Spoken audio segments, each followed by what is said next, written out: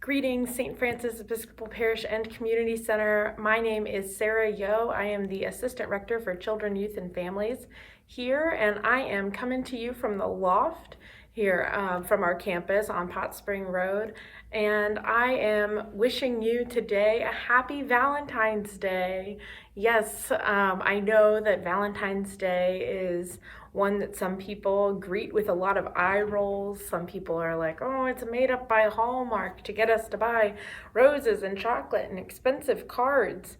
And while I will not argue that Valentine's Day has been commercialized to mean a very particular thing, the concept of the idea of a day devoted to showing others that you love them and getting to feel loved, I think is a good thing.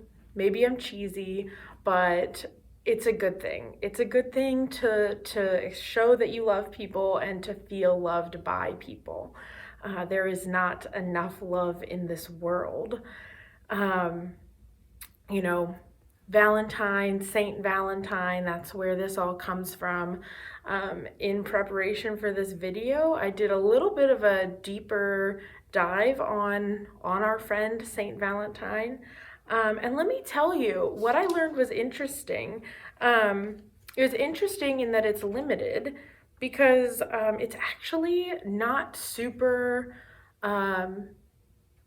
well known, like the stories of Saint Valentine's life. And not only that, there's enough dispute about who the actual person of Saint Valentine was, that Saint Valentine was removed from the Catholic Church's like most I don't know the technical term. I'll have to put a link in the description to the information about this. But he was removed from the list of their like most official saints because there's just not a lot known about who Saint Valentine was, about his literal identity, and about stories from his life. But what is known is that the stories of Saint Valentine at one point had an impact and got really tightly associated with the concept of love and showing love to people, and that is what has carried through to our current 21st century context, which is the context that you and I find ourselves in. It's the context that we are all doing ministry together in. And so today, February 14th, 2023, it's Valentine's Day. We're here to talk about love, so let's get right into it. In the Bible, in the Greek language, in biblical Greek, there are 4 different words for love. And they all, the reason there's 4 different words for love is because there's different kinds of love. There's different ways that you feel love. And so those words are meant to reflect the complexity of the concept of love. And so there's the love that is like empathy for when you hear of something that's going on in someone's life. They're sharing about a hard trial or tribulation they're going through, and you really feel for them. Maybe you remember a time that was similar like that for you, or you just are imagining, trying to, putting yourself in their shoes, imagining what it's like to deal with what they're dealing with. And you feel that in your heart, that ache, that compassion. It's that feeling that you feel right here in your chest. That love is called storge in Greek. And then there's the love that you have for your friends, and for maybe, depending on who you work with, for your coworkers, or for people that you come across, friends of a friend that kind of get lumped in by association when you're in a big gathering. The way that you remember that your friend really likes a certain type of snack, and so you're on the way to see them and stopping at the store for yourself, and you pick up their favorite bag of chips too. Little things like that love that we show our friends, that just says, hey, like, I was thinking of you, I remember you, I care about you. That kind of love. And that's philia in Greek. And then, of course, there's the love that has really taken over Valentine's Day. Um, the romantic love, the love that you feel for a partner or a spouse, the love that is shared pretty exclusively among people, and that you talk more before you show that love in physical ways with a person. Eros, that's the Greek word for that kind of romantic love. And then the fourth type of love, agape, agape love, that is the God love, the way that God loves us. It's a way that, I mean, I'm not God, neither are you, neither are any of us. It's, how can I possibly describe what that could be like? I can't really.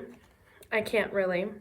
But one thing that I will share that someone told me recently, and that I think might be kind of the way that God loves us.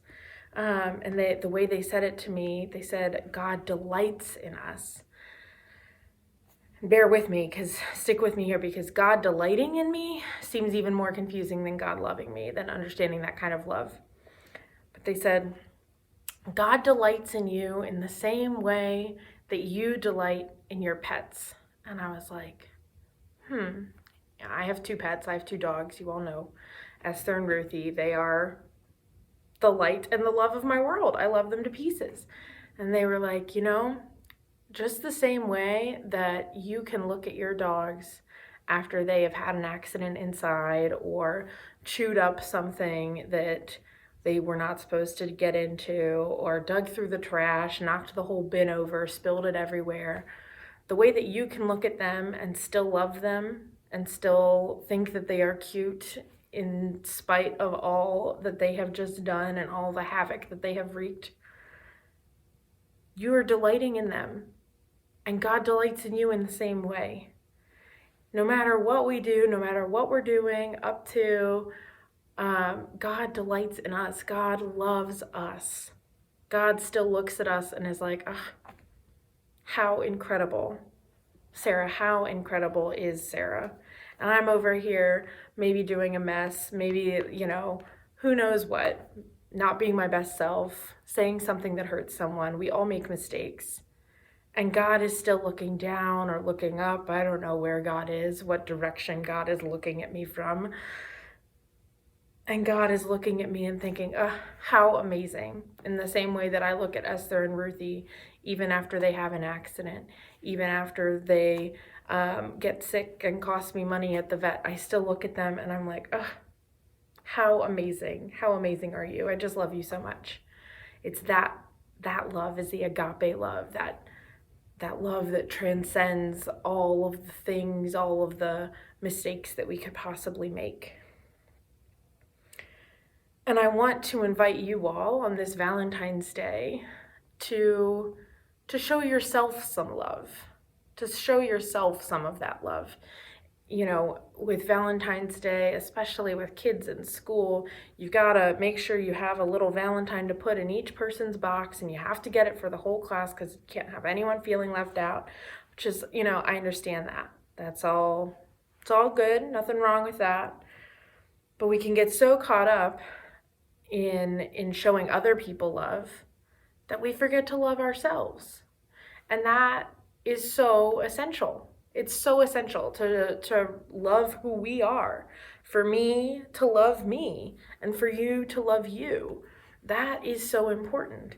And so I want to invite you all to do something today, and try to do something for the next few days. Maybe it'll even become a habit, which is good. A small thing to show yourself some love. Maybe it's putting a sticky note. I have this one here that says, God delights in me. Maybe it's putting a sticky note with an affirmation like that on a bathroom mirror, or on the gear shift on your car, so you have to move it every time you get in your car. You see it, you remember it. Maybe you put it on the inside of your cupboard for your mugs, whatever it is that you reach for in the morning. Maybe you set an alarm on your phone to go off at 11:17 that is an affirmation. Maybe it's going to bed 30 minutes earlier to get a little bit of extra sleep. You know, it's easy to not take care of ourselves in this busy world. And so reintroducing a self-care practice is a way of showing ourselves love. So I want to invite you all to do that because it's so important. And, you know, the person who I think of when I think about loving myself um, is RuPaul Charles. He is a famous drag queen, and her quote goes, if you don't love yourself, how in the world are you supposed to love anyone else? I've edited it slightly. Um, but it's so true. How are we supposed to love other people and to do that work in the world of spreading love if we don't love who we are? If we're looking in the mirror and saying we don't like who we see, if we're putting ourselves down, that does not build us up. We can't go into the world whole if we're tearing ourselves down.